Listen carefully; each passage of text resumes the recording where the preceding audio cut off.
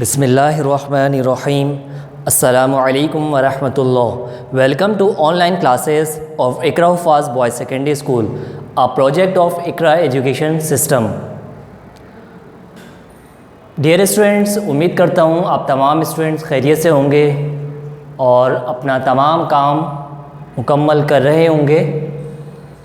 जो भी आपको होमवर्क के तौर पे दिया जाता है और जो यहाँ पर समझाया जाता है वो आप कॉपी में नोट डाउन कर रहे होंगे। याद रहे, दोबारा हम इसको एक दफ़ा रिपीट कर देते हैं। जितने भी हम सवालात यहाँ पे करवाते हैं और जो आप घर में करते हैं, तमाम क्वेश्चंस जो है वो ब्लैक इंक पेन से लिखने होते हैं और उसका सॉल्यूशन जो है fountain ink pen, blue ink pen से हम करते हैं।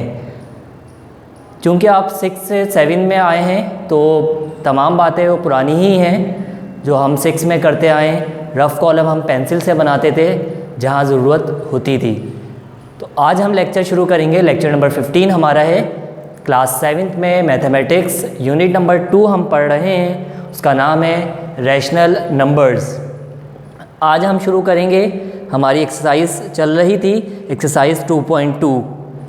क्वेश्चन 1 के तमाम पार्ट्स हमने कर लिए थे, क्वेश्चन 2 के तमाम पार्ट्स हमने कर लिए थे, कुछ पार्ट्स हमने होमवर्क के तौर पर दिया था और इसी तरह से क्वेश्चन नंबर 3 मैंने आपको होमवर्क के तौर पे ये एडिटिव इन्वर्स और मल्टीप्लिकेटिव इन्वर्स करने के लिए आपको होमवर्क के तौर पर ये सवालात दिए थे। उम्मीद करता हूँ ये तमाम सवालात आपने कर भी लिए होंगे और इसकी प्रैक्टिस भी अच्छी तरह से कर चुके होंगे आप लोग। लिहाजा आज हम आगे बढ़ते हैं। क्वेश्चन नंबर है हमारा 4, सिंप्लीफाई का है। एक्सरसाइज 2.2 चल रही है, पेज नंबर 75। तो बेटा आज हम इसको देखेंगे। क्वेश्चन नंबर 4 का हमने यहाँ पर लिखा है पार्ट 2। पार्ट 1 बहुत ही ज़्यादा आसान है, वो आप ख़ुद घर में होमवर्क के तौर पर करेंगे। तो लिहाजा क्वेश्चन नंबर 4 को हम देखते हैं। सिंप्लीफाई का मतलब होता है मुख्तसर करना। जितना मुख्तसर हो सके, मुख्तसर से मुख्तसर तरीन हमें करना है इसको। बहुत ईजी है। प्रेप में भी आपने इस तरह के सवाल बहुत ज़्यादा करे हैं और आपको मालूम ही है इसका मेथड क्या होता है। 6/7 डिवाइड बाई 2/5। 6/7 divide by 2/5।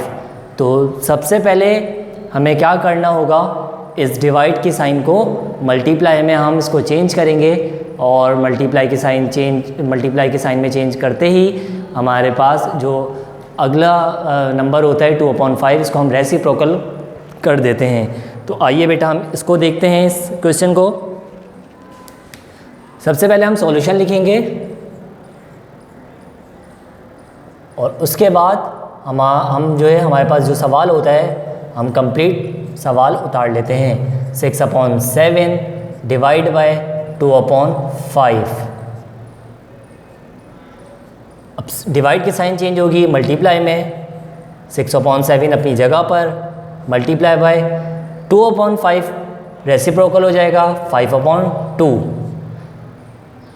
अब हम ये देखेंगे कि अगर क्रॉस मल्टीप्लिकेशन हो रही है तो मल्टीप्लाई हम कर देंगे, रिड्यूस कर देंगे एक ही टेबल से। और अगर ऐसा ना हो तो उसके लिए हम क्या करते हैं, नेक्स्ट आने वाले क्वेश्चंस में हम आपको उसको समझाएंगे। तो लिहाजा हमें इसको देखना होगा। 6 और 2 क्या ये दोनों एक ही टेबल से रिड्यूस हो रहे हैं? जी बिल्कुल हो रहे हैं। 2 1 ज़ा 2, 2 3 ज़ा 6। अब हमें देखना होगा 3 और 5 को, क्या ये दोनों एक ही टेबल से रिड्यूस हो रहे हैं? जी नहीं, ये बिल्कुल एक ही टेबल में नहीं आते। तो हम अब 3 और 7 को भी एक दफ़ा देख लेंगे, न्यूमिनेटर और डिनोमिनेटर्स को भी। क्या ये दोनों एक ही टेबल में आते हैं? 3 और 7 एक टेबल से रिड्यूस हो रहे हैं? बिल्कुल भी नहीं हो रहे। तो लिहाजा जब ऐसी सिचुएशन आ जाए तो हम न्यूमिनेटर को आपस में मल्टीप्लाई कर लेते हैं।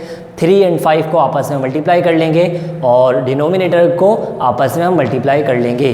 3 5 ज़ा 15, 3 5 ज़ा 15 और 7 1 ज़ा 7। तो 15/7 हमारे पास आ गया है। अब हमें ये देखना होगा क्या रिज़ल्ट हमारा, हम ये भी लिख सकते हैं और आप इसको इम्प्रॉपर फ्रैक्शन में है, ये न्यूमरेटर बड़ा है तो लिहाजा इम्प्रॉपर फ्रैक्शन में, आप इसको मिक्स फ्रैक्शन में भी कर सकते हैं। अगर नहीं करना है तो भी ये भी हम रिज़ल्ट लिख सकते हैं, और अगर आपको राइट फॉर्म में लिखना है, मिक्स फ्रैक्शन में लिखना है, तो हम इसको डिवाइड कर सकते हैं। डिवाइड करने के लिए हमने आपको बात बताई थी, रफ कॉलम आप बना लीजिए और 15 7 1 जा 7, 15 में से 7 में माइनस करूँगा तो हमारे पास क्या बच जाएगा 8, तो हमारे पास रिज़ल्ट क्या आएगा 7 1 जा 7, हम 7 2 जा पढ़ेंगे, 7 2 जा 14,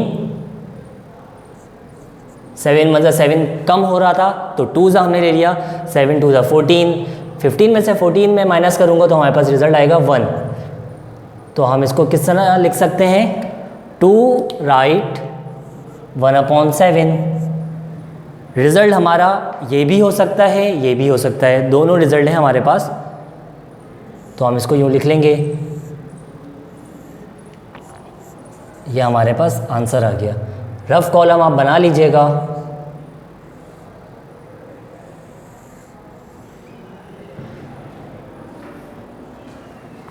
ठीक है बेटा, क्वेश्चन नंबर 4 का पार्ट 1 बहुत इजी था, वो मैंने नहीं लिखा है, वो होमवर्क के तौर पे आप करेंगे। 5 बुक में देखें, 5/8 मल्टीप्लाई बाय 3/2। अगर ये क्रॉस मल्टीप्लाई हो रहे हैं, एक ही टेबल से रिड्यूस हो रहे हैं तो कर लीजिए, या न्यूमिनेटर डिनोमिनेटर से हो रहा है तो भी आप कर सकते हैं। जिस तरह चाहें आप पहले इसको रिड्यूस कर लीजिए, फिर न्यूमिनेटर से मल्टीप्लाई हो जाएगा और डिनोमिनेटर से मल्टीप्लाई हो जाएगा। सेकेंड पार्ट मैंने आपको बता दिया है। अब हम करेंगे पार्ट नंबर 4। 3 होमवर्क के तौर पे मैं आपको दे रहा हूँ, बहुत इजी है। 3 देखें आप बुक में, 2/3 मल्टीप्लाई बाय 1/7 मल्टीप्लाई बाय 4/5। अब आपको देखना होगा, अगर क्रॉस मल्टीप्लिकेशन हो रही है, एक ही टेबल से रिड्यूस हो रहे हैं, तो हम उसको रिड्यूस कर लेंगे पहले, नहीं तो हम न्यूमिनेटर और डिनोमिनेटर को भी देख सकते हैं। एक ही टेबल से अगर रिड्यूस हो रहे हैं तो हम रिड्यूस कर लेंगे, और अगर ऐसा ना हो तो हम क्या करते हैं बेटा, न्यूमिनेटर को आपस में मल्टीप्लाई करते हैं और डिनोमिनेटर को आपस में मल्टीप्लाई कर लेते हैं। पार्ट 4 मैंने यहाँ पे लिखा है आप -6/7 डिवाइड बाय, आप देख रहे होंगे बोर्ड पे सवाल, पार्ट 4 -6/7 डिवाइड बाय ब्रैकेट -7/6। सबसे पहले हमें इस डिवाइड को चेंज करना होगा, जैसे हमने इसको चेंज किया मल्टीप्लाई में, और आगे की चीज़ें हमारी रेसिप्रोकल हो गई। तो इसको भी हम पहले सवाल उतार लेंगे। सॉल्यूशन हम लिखेंगे सबसे पहले,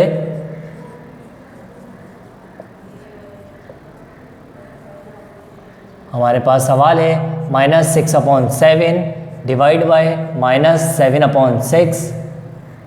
अब हमने क्या करना है, माइनस अपनी जगह पर, 6/7 अपनी जगह पर, डिवाइड की साइन चेंज होगी मल्टीप्लाई में, और हम इसको रेसिप्रोकल कर लेंगे। अब हम देखेंगे क्या ये आपस में क्रॉस मल्टीप्लिकेशन हो रही है, एक ही टेबल से हम रिड्यूस कर सकते हैं, नहीं कर सकते, इसे भी नहीं कर सकते। ऊपर नीचे भी हम देख लेते हैं, न्यूमिनेटर डिनोमिनेटर को एक ही टेबल से रिड्यूस नहीं हो रहे हैं ये।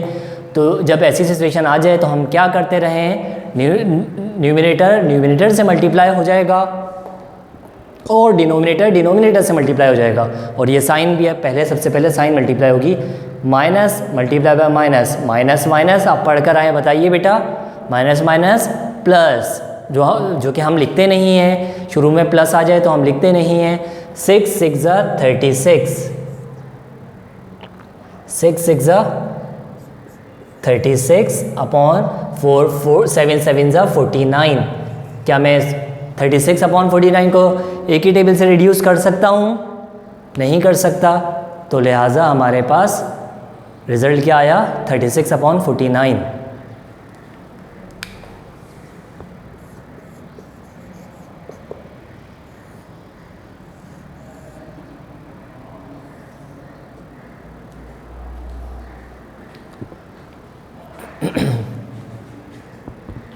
आगे देखेंगे बेटा हम, हमारे पास पार्ट है, पार्ट नंबर 6। पार्ट नंबर 6 को हम देख लेते हैं।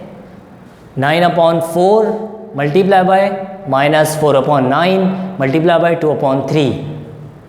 ये तमाम नंबर्स तीनों जो है आपस में मल्टीप्लाई हो रहे हैं। सबसे पहले हम सवाल उतार लेंगे। सॉल्यूशन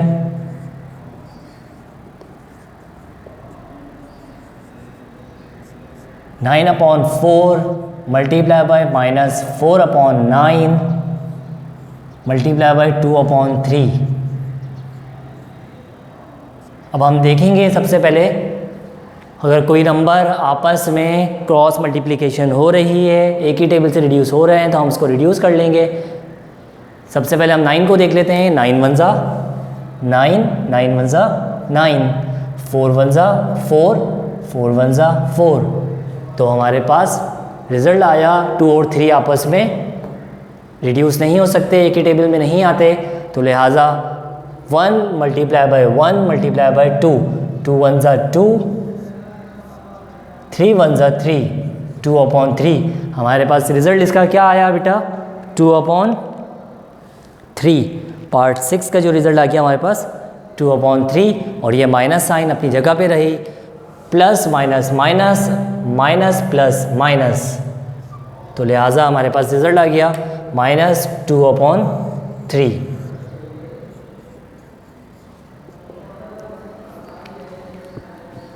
नेक्स्ट पार्ट को हम देखेंगे। नेक्स्ट पार्ट हमारे पास क्या है? पार्ट नंबर 7 है हमारे पास। 1/8 मल्टीप्लाई बाय 2/5 मल्टीप्लाई बाय -15/4।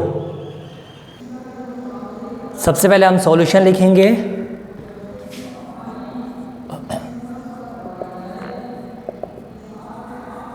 सवाल हम उतार लेंगे सबसे पहले। 1/8 मल्टीप्लाई बाय 2/5 मल्टीप्लाई बाय -15/4। हम देख लेंगे सबसे पहले, अगर कोई नंबर रिड्यूस आपस में हो रहा है तो पहले हम रिड्यूस कर लेंगे। तो हम देखते हैं 2 1 ज़ा 2, 2 2 ज़ा 4, अब 5 1 ज़ा 5, 5 3 ज़ा 15।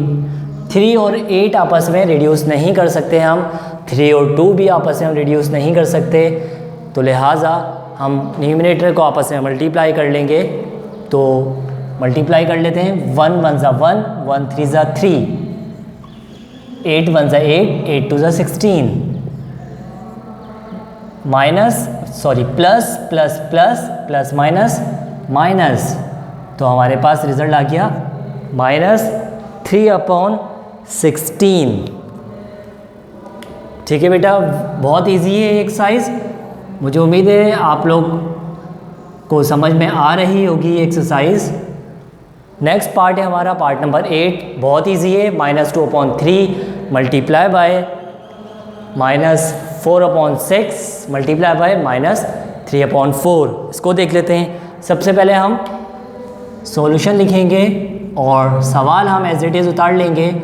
जो भी क्वेश्चन हमारे पास दिया हुआ है, -2/3 मल्टीप्लाई बाय -4/6 मल्टीप्लाई बाय -3/4। देख रहे होंगे बेटा आप। अब सेकंड स्टेप हमारा क्या होता है, हम देखते हैं रिड्यूस नंबर अगर हो रहे हो एक ही टेबल से, तो हम पहले उसको रिड्यूस करते हैं। तो हम ये देख रहे हैं 3 1 ज़ा 3, 3 1 ज़ा 3, 4 1 ज़ा 4, 4 1 ज़ा 4। अब 2 और 6 को भी हम देख लें। 2 1 ज़ा 2, 2 3 ज़ा 6। जी बिल्कुल, वेरी गुड। अब आप बताइए 1 1 ज़ा 1, 1 1 ज़ा 1, तो हमारे पास 1 आ गया अपॉन 1 3 ज़ा 3, 3 1 ज़ा 3।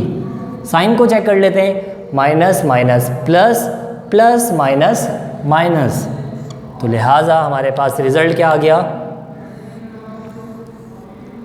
-1/3। ठीक है बेटा। जी बेटा, अब होमवर्क नोट कर लेते हैं हम। होमवर्क हमारा क्या होगा?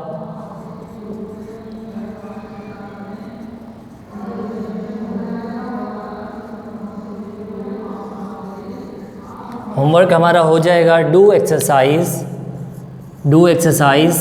2.2 क्वेश्चन नंबर 4 के हमें पार्ट्स करने हैं। क्वेश्चन नंबर 4 के हम पार्ट्स करेंगे। पार्ट नंबर 1, 2 हम करवा चुके, 3 आप करेंगे, 3, 4 हम कर चुके हैं, 5 आप करेंगे, 6 हो गया, 7 हो गया, 8 हो गया। ये आपका होमवर्क है, तो आप इसको कंप्लीट कर लीजिएगा। फिर भी अगर कोई सवाल, आपको कोई चीज़ कंफ्यूज कर रही हो, तो आप मैसेज या व्हाट्सएप के ज़रिए से पूछ सकते हैं। इंशाल्लाह मिलते हैं फिर लेक्चर नंबर 16 के साथ। अस्सलामु अलैकुम वरहमतुल्लाहि वबरकातुहू।